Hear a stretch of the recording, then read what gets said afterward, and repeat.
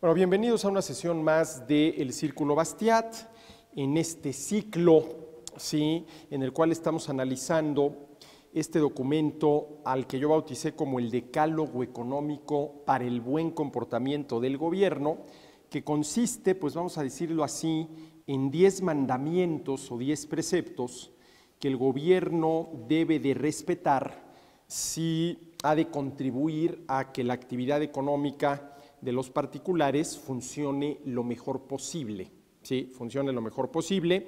Y yo quisiera repasar nada más los mandamientos que ya analizamos, que ya comentamos, para retomarlo de ahí. El primer mandamiento decía así, dice: reconocerás plenamente, definirás puntualmente y garantizarás jurídicamente la libertad para trabajar, emprender, ahorrar, invertir, comerciar y consumir, así como la propiedad sobre los medios de producción, el patrimonio y los ingresos. Y este primer mandamiento tiene que ver de entrada con la justicia, con el respeto al derecho a la libertad individual y el respeto al derecho a la propiedad privada. El segundo mandamiento dice: aceptarás que toda persona tiene el derecho de realizar la actividad económica que elija, tanto por el lado de la producción como por el del consumo, siempre y cuando al hacerlo no atente en contra de la vida, la propiedad y la libertad de los demás. Con pocas palabras, no limitarás, salvo cuando al no hacerlo se atente en contra de los derechos de otras personas, la libertad para emprender y para consumir. Y nuevamente, este segundo mandamiento pues tiene que ver con la justicia, con respetar el derecho a la libertad para trabajar en cualquier actividad económica que no sea delictiva por su propia naturaleza. Una cosa es dedicarse a la producción de pan y ofrecérselo a los consumidores para generar un ingreso, a lo cual yo no le veo absolutamente ningún problema, y otra cosa es dedicarse a secuestrar personas para pedir rescate y vivir de ello, lo cual pues viola de entrada la libertad individual. El tercer mandamiento dice: aceptarás que toda persona tiene derecho al producto íntegro de su trabajo. Dicho de otra manera, no limitarás la propiedad sobre los ingresos, el patrimonio y los medios de producción, salvo por la parte de los mismos que necesites y obtengas por medio del cobro de impuestos, para de manera igual garantizar la seguridad e impartir justicia. Nuevamente, este tercer mandamiento de entrada tiene que ver con la justicia, ¿no? Cobrar impuestos supone que el gobierno, por medio del recaudador, obliga al contribuyente a entregarle parte del producto de su trabajo. Y entonces ahí la pregunta que tenemos que hacernos es cómo justificar esa arbitrariedad, porque como yo lo he dicho siempre y lo mantengo, yo no pago impuestos, a mí me los cobran y yo los pago, ¿no? Pero así que voluntariamente salga yo corriendo la fecha que me toca pagar impuestos y habiéndolo hecho sienta yo que cumplí así con un deber para con la patria, pues la verdad es que no.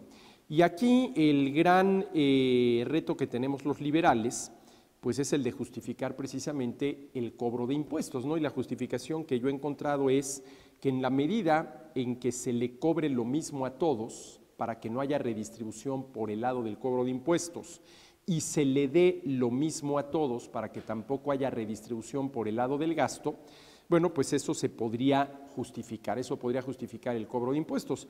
¿Y qué es lo que el gobierno debe de darle igual a todos? Bueno, primero que nada, seguridad contra la delincuencia, impartición de justicia, los bienes y servicios que sean públicos y que realmente deban ser ofrecidos, como podría ser el alumbrado en las calles o el drenaje en las ciudades, y las otras dos tareas que yo le reconozco al gobierno, que son ordenar la convivencia en los espacios públicos. Eso supondría, por ejemplo, poner semáforos para ordenar la convivencia de los automovilistas entre sí y de los automovilistas con los peatones, y corregir ahí donde sea posible y donde la intervención del gobierno no genere más problemas de los que pretende solucionar, el tema de las externalidades negativas, siendo el típico ejemplo el de la fábrica que contamina, ¿no? Que contamina. El cuarto mandamiento dice así: reconocerás que además de la libertad y la propiedad, la competencia, sobre todo entre oferentes, es condición necesaria del desarrollo económico, razón por la cual no impondrás por ningún motivo ninguna medida que la limite. Por el contrario, harás todo lo posible para promoverla, comenzando por los sectores estratégicos. Y fíjense ustedes cómo en este cuarto mandamiento ya vemos la combinación de justicia y eficacia. Primero, ¿qué supone el reconocer, ¿sí?, que la competencia es condición necesaria del desarrollo económico, ¿sí? Bueno, aquí volvemos al problema económico fundamental, que es el de la escasez. No todo alcanza para todos, menos en las cantidades que cada uno quisiera, y una buena manera de ir sobrellevando ese problema es produciendo lo más posible y ofreciendo lo producido al menor precio posible, porque no nada más se trata de producir lo más posible, eso lo podría hacer sin mayores problemas tal vez un monopolio, ¿no? Pero el segundo paso es ofrecer lo producido al menor precio posible, y eso sí, ya un monopolio no lo va a hacer, porque el objetivo del monopolista pues es ser el único oferente para poder cobrar un precio mayor del que cobraría si tuviera que enfrentar la competencia. Entonces se necesitan estos dos elementos para ir reduciendo el problema de la escasez: que la oferta sea la mayor posible, que se produzca la mayor cantidad de bienes y servicios posibles, pero que se ofrezcan al menor precio posible. Y la única manera correcta de lograr esto último, que se ofrezcan al menor precio posible, es permitiendo la mayor competencia posible en todos los sectores de la actividad económica y en todos los mercados de la economía. Y fíjense cómo lo dije: permitiendo la mayor competencia posible. ¿Quién es el único que tiene el poder suficiente para, en un momento dado, impedir en determinados sectores de la actividad económica o en determinados mercados de la economía la mayor competencia posible? Pues el gobierno. ¿Cómo? Por ejemplo, de plano, prohibiendo las importaciones o permitiendo importaciones, pero nada más en una determinada cantidad, que vendrían a complementar la producción nacional, pero no a competir con los productores nacionales, o permitiendo la importación en las cantidades que sea de determinadas mercancías, pero gravándolas con un arancel que tiene el efecto de elevar el precio de la mercancía importada y restarle competitividad en los mercados nacionales, etcétera, etcétera, ¿no? Entonces, este tema de la competencia tiene que ver, por un lado, con el tema de la justicia, porque tiene que ver con el tema de la libertad individual para poder trabajar. A ver, si yo, gobierno, prohíbo que los particulares participen en un determinado sector de la actividad económica, lo que estoy haciendo es prohibiendo que esos particulares ejerzan su libertad para producir, emprender, invertir, trabajar, etcétera, etcétera, en ese sector de la actividad económica. Y ese es un tema que tiene que ver con la justicia. Inclusive, lo que estás haciendo es impidiéndoles trabajar. Bueno, pero es que puede haber muchos otros sectores de la actividad económica en los cuales puedan trabajar. Bueno, de acuerdo, pero ¿por qué en este concreto no? Ah, no, pues porque este está reservado para la participación exclusiva del Estado. ¿Y por qué? Bueno, la respuesta que por lo general se da es porque se trata de un sector estratégico, como dice, por ejemplo, el artículo 28 de nuestra Constitución. En el artículo 28 de la Constitución Política de los Estados Unidos Mexicanos se afirma que los sectores estratégicos de la actividad económica, precisamente por serlo, tienen que estar en las manos exclusivas del gobierno, precisamente por ser estratégicos. Por ahí mi opinión es exactamente la contraria: precisamente por ser estratégicos deberían de estar sujetos a la mayor competencia posible. ¿Por qué? Porque una de las características de un sector estratégico es que ofrece bienes y servicios al resto de las actividades económicas. En ese sentido, por ejemplo, la industria energética, ya sea por el lado del petróleo, ya sea por el lado de la electricidad, es estratégica porque ofrece energía al resto de las actividades económicas.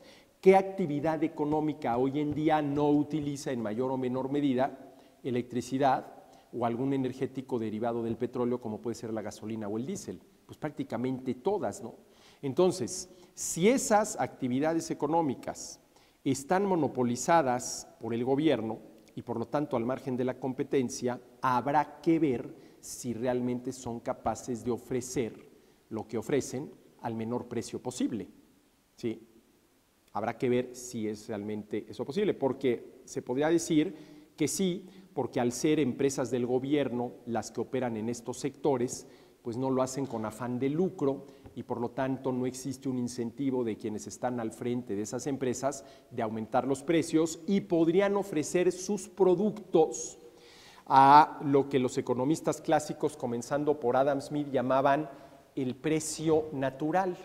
que para Adam Smith el precio natural no era otra cosa más que el costo de producción.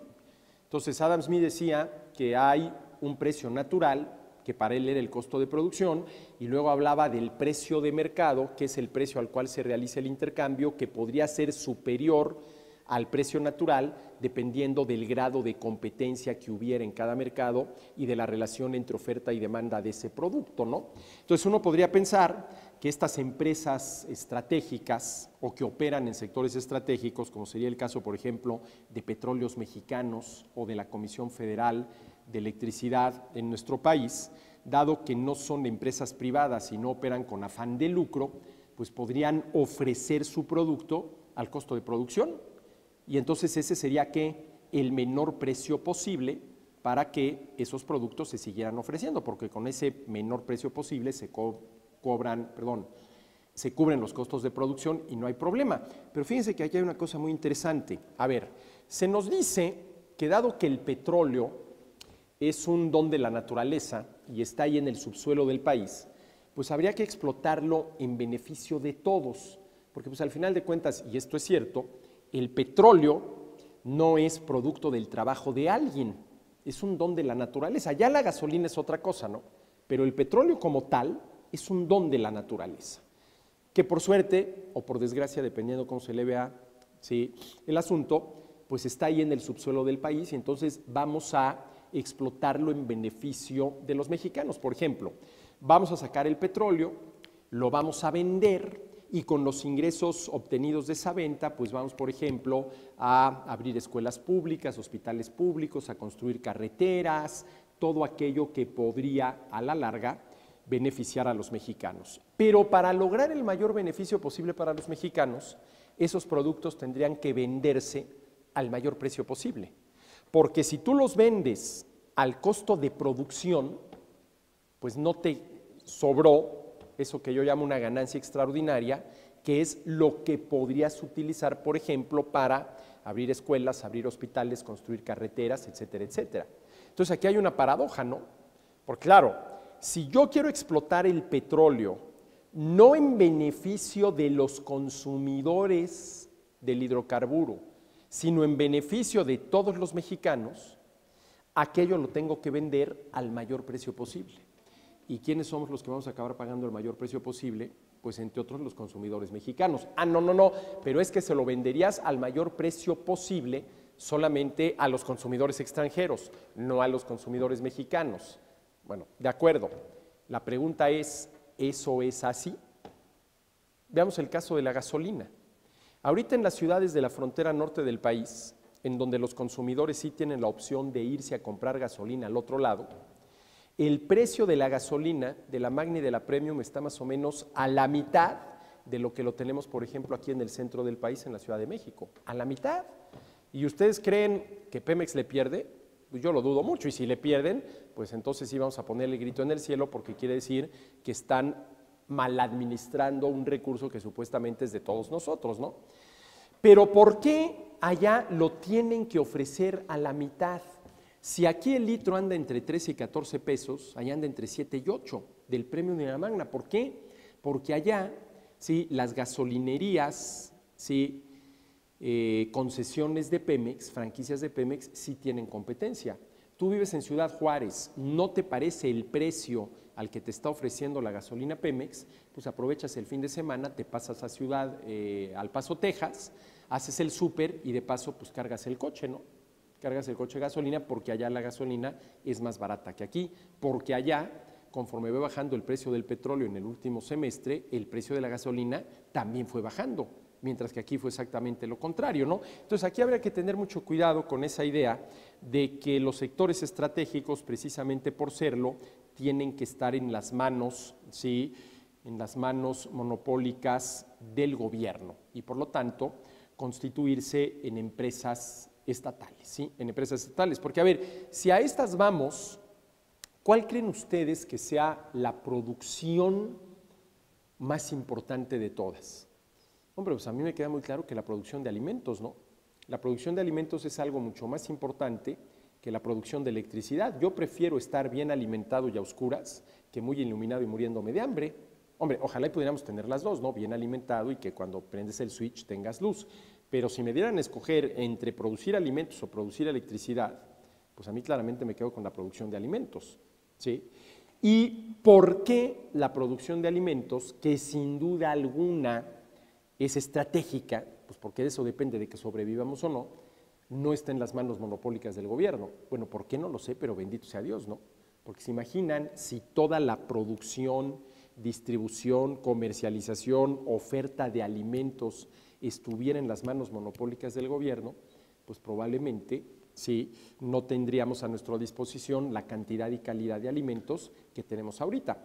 A lo mejor no nos moríamos de hambre, pero de que tuviéramos a nuestra disposición la cantidad, la variedad, la calidad de alimentos que tenemos hoy en día, yo lo veo muy difícil, ¿no? Entonces, por ejemplo, este cuarto mandamiento, reconocerás que además de la libertad y la propiedad, la competencia, sobre todo entre oferentes, es condición necesaria del desarrollo económico, tiene que ver tanto con la justicia, ¿no? Porque, a ver, si tú, gobierno, a mí, por ser particular, me prohíbes participar en un sector de la actividad económica considerado estratégico, lo que estás haciendo es limitando arbitrariamente mi libertad.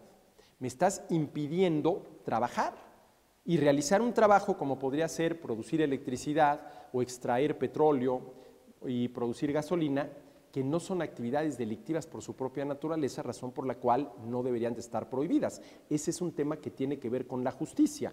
Pero en la medida en que limitas o eliminas la competencia en esos sectores, pues muy probablemente el resultado va a ser una menor oferta de la que se tendría si hubiera competencia, y al ver una menor oferta, aquello se va a ofrecer a un precio mayor del que se ofrecería si hubiera competencia, y eso de menor oferta y mayores precios, pues es antieconómico, porque en vez de reducir la escasez, lo que hace es que agravarla. Si hay menor oferta de algo, razón por la cual aquello se ofrece a un mayor precio, por lo menos con relación a ese algo, lo estás agravando el problema de la escasez, ¿sí? Bueno, el quinto mandamiento: aceptarás que además de la libertad, la propiedad y la competencia, una moneda sana y fuerte que mantenga la estabilidad de precios y preserve el poder adquisitivo de los consumidores y ahorradores es requisito del desarrollo económico, por lo que uno, no generarás inflación, y dos, combatirás la que de manera espontánea se genere en los mercados. Bueno, a ver, para entender esto hay que tener muy claro qué es el dinero. El dinero no es riqueza, el dinero es el medio de intercambio de la riqueza. La única necesidad que de manera directa satisfacemos con el dinero es la necesidad que tenemos los seres humanos de facilitar los intercambios. ¿Y por qué los seres humanos tenemos la necesidad de facilitar los intercambios? De tener algo, que es el medio de intercambio, que nos permita realizar la mayor cantidad de intercambios posibles. Bueno, porque nuestro nivel de bienestar depende de la cantidad y la calidad de los bienes y servicios de los que dispongamos. ¿Cuál es el problema que enfrenta la gente pobre? Que no dispone de una cantidad suficiente de satisfactores, al margen de la calidad de los mismos, ¿sí? ¿Y de qué depende de entrada la cantidad de bienes y servicios de los que podamos disponer? Pues de la cantidad de intercambios que podamos realizar. Vamos a suponer que por las razones que ustedes gusten y manden, de aquí en adelante vamos a poder realizar solamente una quinta parte de los intercambios que normalmente realizamos. De tal manera que de cada 5 intercambios que realizamos hoy, a partir de mañana vamos a poder realizar nada más 1. Bueno, ¿qué va a pasar con nuestro nivel de bienestar? ¿Permanece igual, aumenta o disminuye? Pues disminuye, porque vamos a tener que renunciar, ¿sí?, a ciertos bienes y servicios, porque por las razones que ustedes gusten y manden, ya no vamos a poder realizar esos intercambios. Entonces, si nuestro nivel de bienestar depende de entrada, calidad al margen, de la cantidad de bienes y servicios de los que podemos disponer, eso a su vez depende de la cantidad de intercambios que podamos realizar. Y para poder realizar la mayor cantidad de intercambios posibles, necesitamos un medio de intercambio. Es decir, necesitamos superar las limitaciones del trueque, ¿sí? Del peras por manzanas, para sustituir al trueque por peras por una determinada cantidad de dinero y luego una determinada cantidad de dinero por manzanas, ¿sí? Un medio de intercambio, al cual tradicionalmente se le ha llamado dinero, lo que nos permite es superar las limitaciones del trueque y por lo tanto poder realizar más intercambios de los que realizaríamos si no tuviéramos ese medio de intercambio. Vuelvo a uno de estos ejercicios de economía ficción. ¿Qué pasaría con nuestro nivel de bienestar si mañana amaneciéramos sin dinero? Si el dinero físicamente desapareciera, si ya no hubiera billetes, si ya no hubiera monedas, razón por la cual pues las chequeras no tendrían ningún sentido, las tarjetas de crédito tampoco, las tarjetas de débito para ir a un cajero automático y sacar dinero tampoco, porque no habría dinero que sacar porque ya desapareció, etcétera, etcétera, etcétera. A ver, si desaparece el dinero, ¿desaparece el intercambio? No. Desaparece el intercambio indirecto utilizando dinero, pero nos veríamos limitados al trueque con todas las limitaciones que el trueque tiene comparado con el intercambio indirecto, ¿no?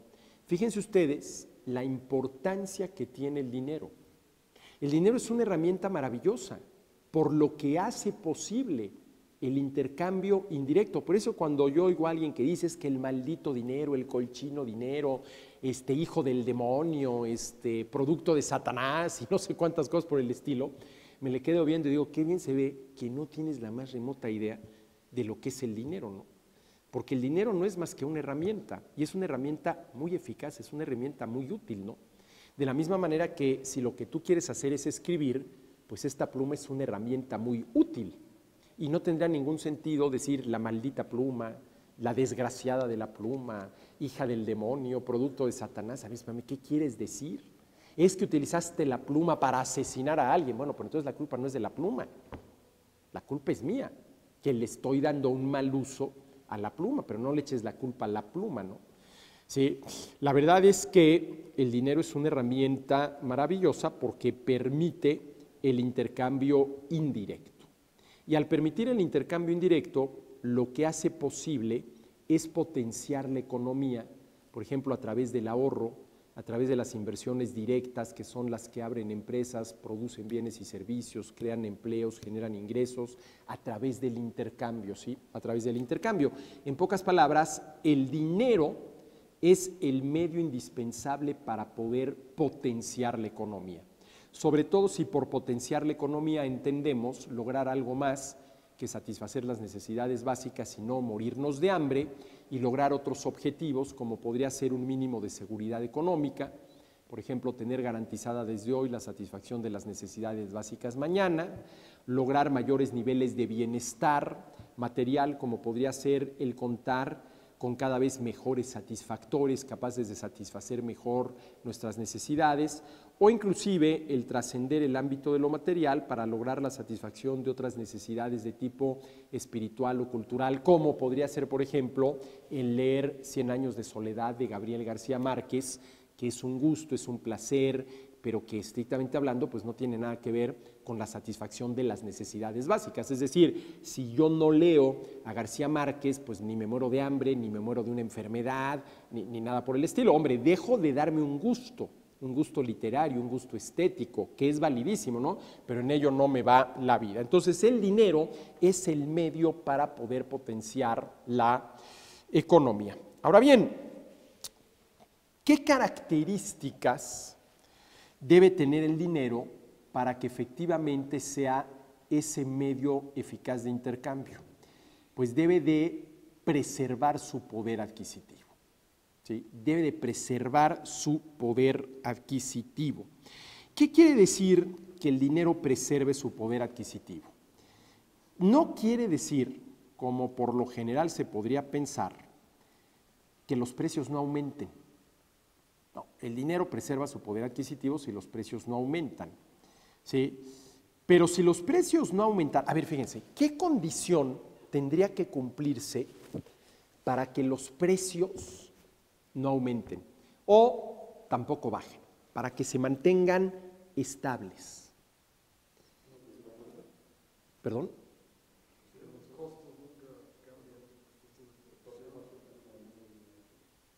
Y a ver, ampliando un poquito la respuesta, que la relación entre oferta y demanda siempre sea ¿qué? La misma.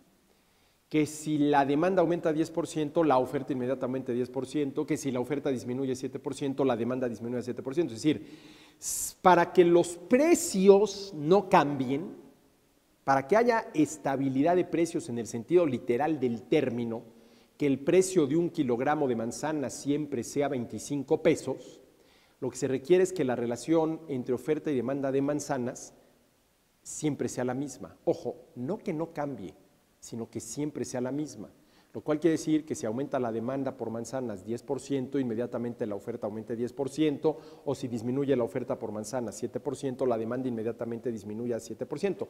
La pregunta ¿es posible lograr esas condiciones en el mercado? Pues no. Por eso es que los precios se mueven. Y si los precios se mueven, entonces el dinero pierde su poder adquisitivo. No. ¿Sí? No necesariamente. Entonces, ¿qué quiere decir que el dinero preserve su poder adquisitivo? Ojo, que con una misma cantidad de dinero se pueda comprar la misma cantidad de bienes y servicios. Oye, ¿y para esto no se necesita que los precios de esos bienes y servicios no se muevan? No. Lo que se necesita es que si algunos precios de ese conjunto de bienes y servicios aumentan, ¿sí?, otros precios de ese mismo conjunto de bienes y servicios disminuyan.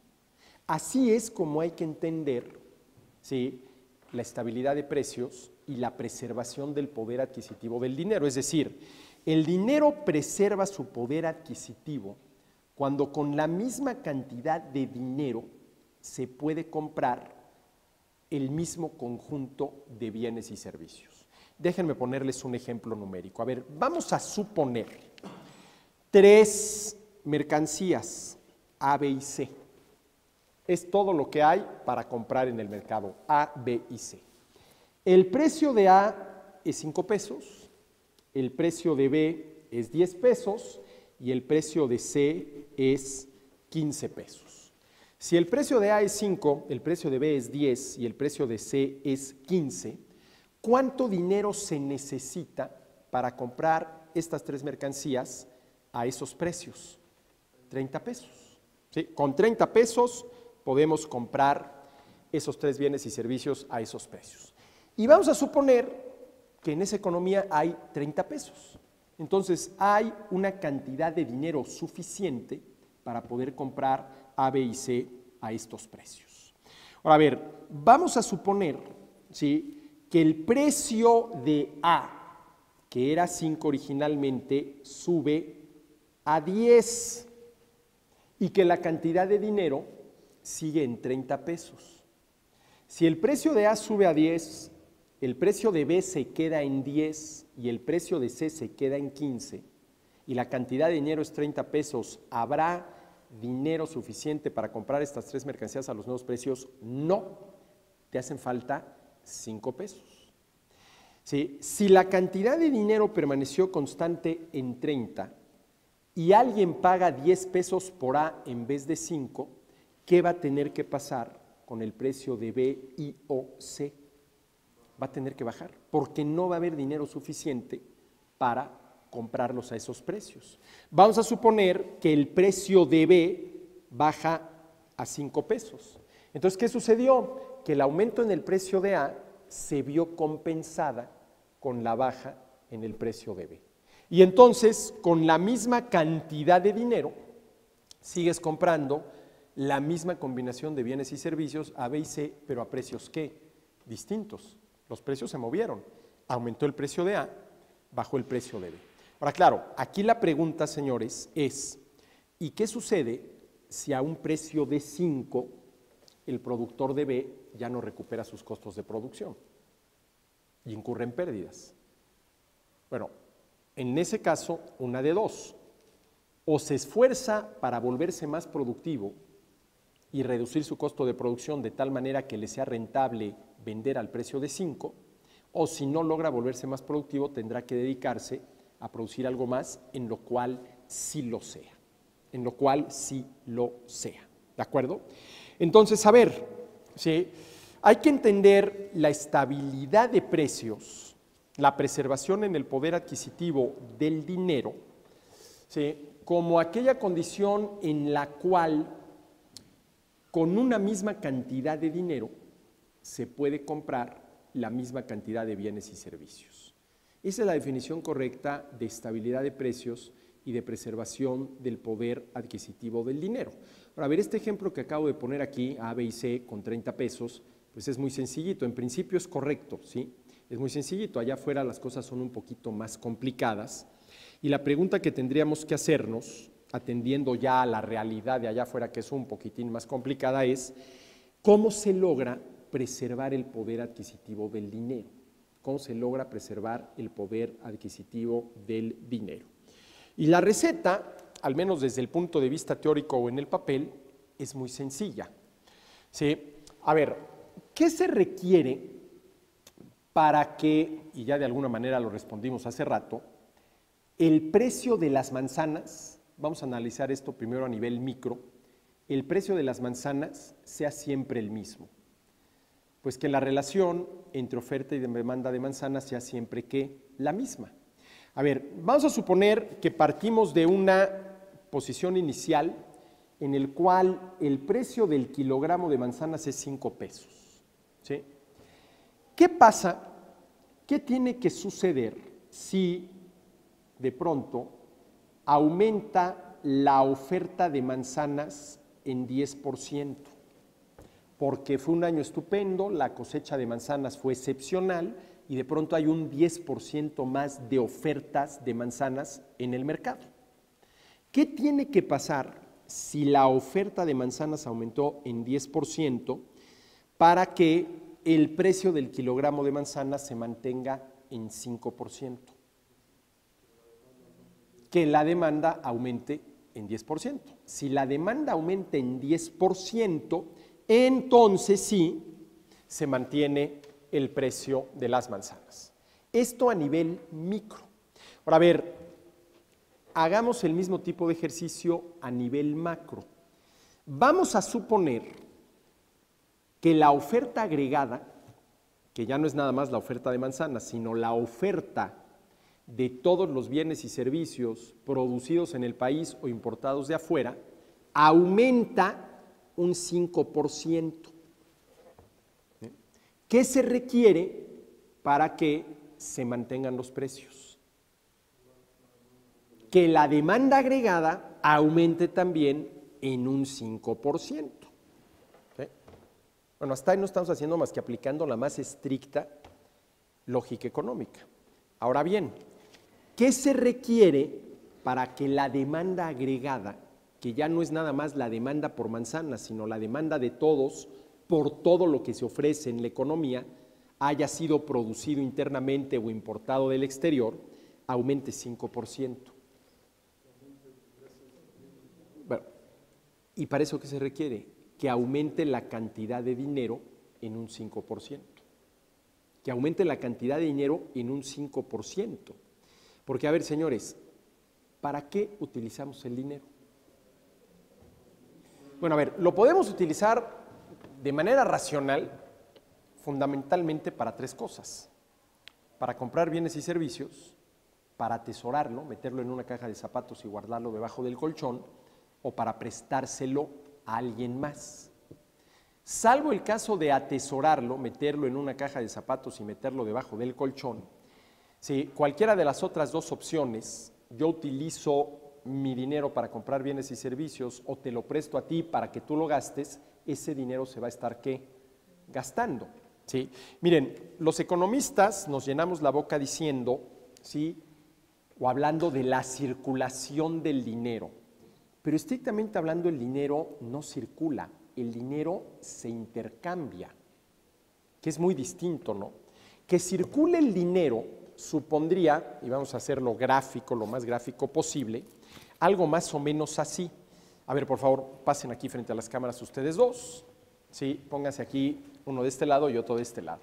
Que el dinero circule supondría que este peso a ti, para acá, y ahora otra vez para acá, y ahora otra vez para acá, y ahora otra vez para acá, y ahora pásalo tú para allá, y ahora regrésalo tú para acá, ¿sí? Y ahora acá, bueno, pues ahí el dinero está circulando.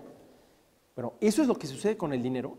Esto es lo que hacemos con el dinero. Yo te doy 10 pesos y luego tú se los das a él y tú a él y luego al final de cuentas, una vez que el círculo se cerró, los 10 pesos vuelven a mí. No, ¿qué es lo que sucede? Que tú ofreces esa pluma y yo estoy dispuesto a pagarte 10 pesos por la pluma. ¿Sí? ¿Qué es lo que hace el dinero?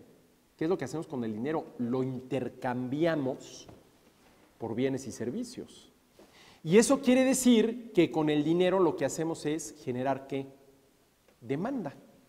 Lo que hacemos es generar demanda, salvo que lo atesoremos. Miren, ampliando el abanico.